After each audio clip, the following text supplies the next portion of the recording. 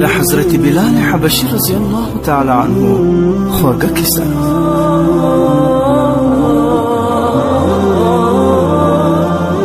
حضرت بلال رضی الله عنه هغه جلیل القدر صحابي و کوم چې لومړی د رسول الله صلی الله علیه وسلم په امر اذان وکړ او بیا تقریبا تر 100 کالو پورې د رسول الله صلی الله علیه وسلم مؤذن پاتې شو.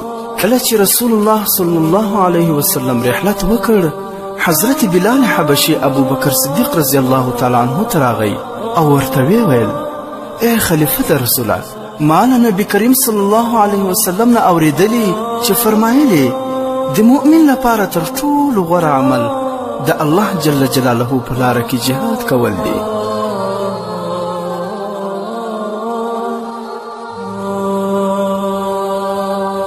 حضرت ابو بکر صدیق رضی الله تعالی عنه ورته فرمایل: هو نو ستا څنګه خوښه ده؟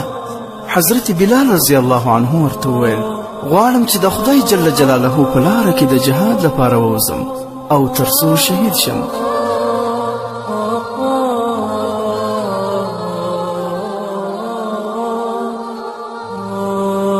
حضرت ابو بکر صدیق رضی الله عنه ورته وویل: نو موږ ته به اذان څوک کوي؟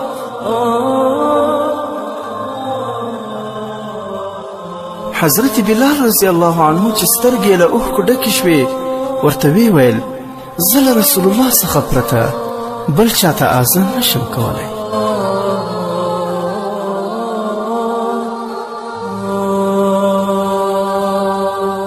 حضرت ابو بکر صدیق رضی الله عنه ورته ویل: نه، ته زموږ سره پاتې شه او موږ ته اذان کوه. حضرت بلال رضی الله عنه ورته وویل: که دې زه د دې لپاره آزاد کړی وم چې له تا سره اوسم، نو بیا چې دې څنګه ستا خوښوي هغسې به وکړم، او که دې د الله جل جلاله لپاره آزاد کړی وم، نو بیا مې پرېږده چې د الله په لاره کې ووځم. بیا شام ته ولاړ، پاته وخت یې په جهاد کې تیر کړ. حضرت بلال رضی الله عنه به د ځان په باره کې ویل چې زه د رسول الله صلی الله علیه وسلم له وفات وروسته په مدینه کې نشم اوسېدلی، ځکه هلته یې فراق زیات زور راباندې کوي.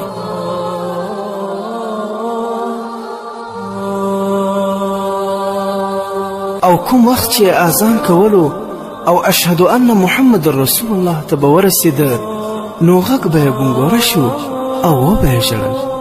100 کاله وروسته رسول الله صلی الله علیه وسلم په خوب ولید چې ورته وایي: ای بلاله، دومره جفا، دا دومره وخت کې یو ځل زما زیارت ته هم رانغلې.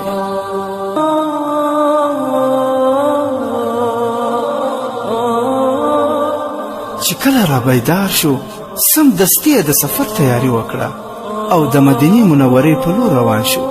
چې ورسید، د نبی علیه الصلاة والسلام پر قبر سلام ووایو او ډیر زیات یې وژړل. بیا یې حسن او حسین په غېږه کې واخیستل، ښکل یې کړل او مینه یې ورسره وکړه.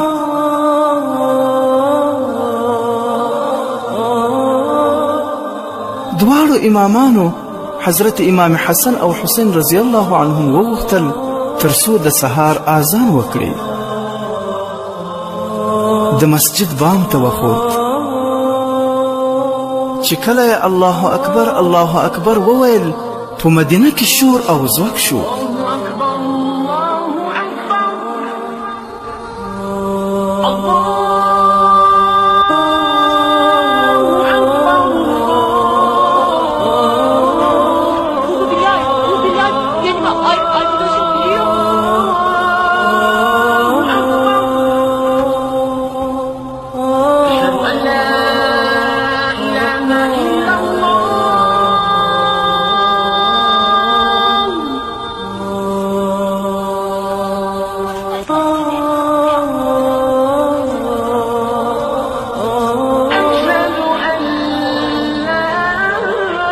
چې کله اشهد ان لا اله الا الله ویل، شور په ژړا او چغارو بدل شو. چې کله اشهد ان محمد رسول الله ویل، ښځې له خپلو کورونو او کوڅو راووتلې. دوی فکر کاوه چې رسول الله را ژوندی شوی دی.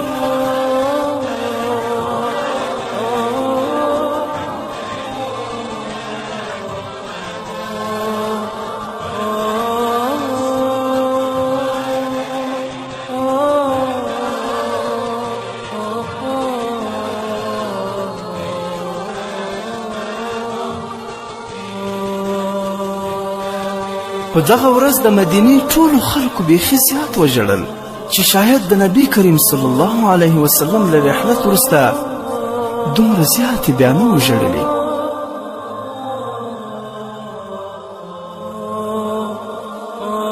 حضرت بلال رضی الله عنه د منبر نه راپریوتی، بېهوشه شو.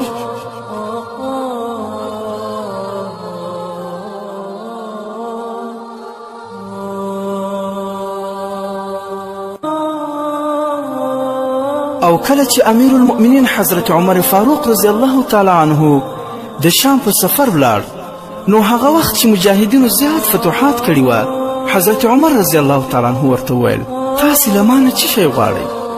دوی په ځواب کې ورته وویل چې په دغه خوشحالۍ کې دی حضرت بلال رضی الله عنه یو اذان راته وکړي.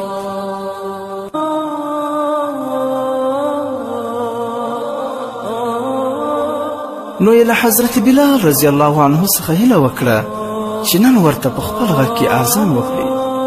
کله چې د لمانځه وخت شو او اذان یې شروع کړ، ناستو ټولو صحابه کرامو چا چې رسول الله لیدلی و په چغو چغو ورته وژړل.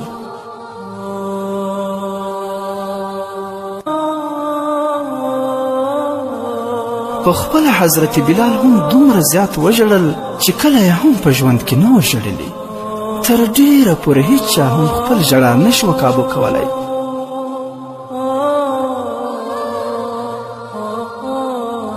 هر چاته د ګران محبوب رسول الله صلی الله علیه وسلم ژوند او له هغه سره برکتي ناستې پاستې وریادې شوې. خو بیا چې کله اشهد ان محمد رسول الله ته ورسید، حضرت بلال بېهوشه شو.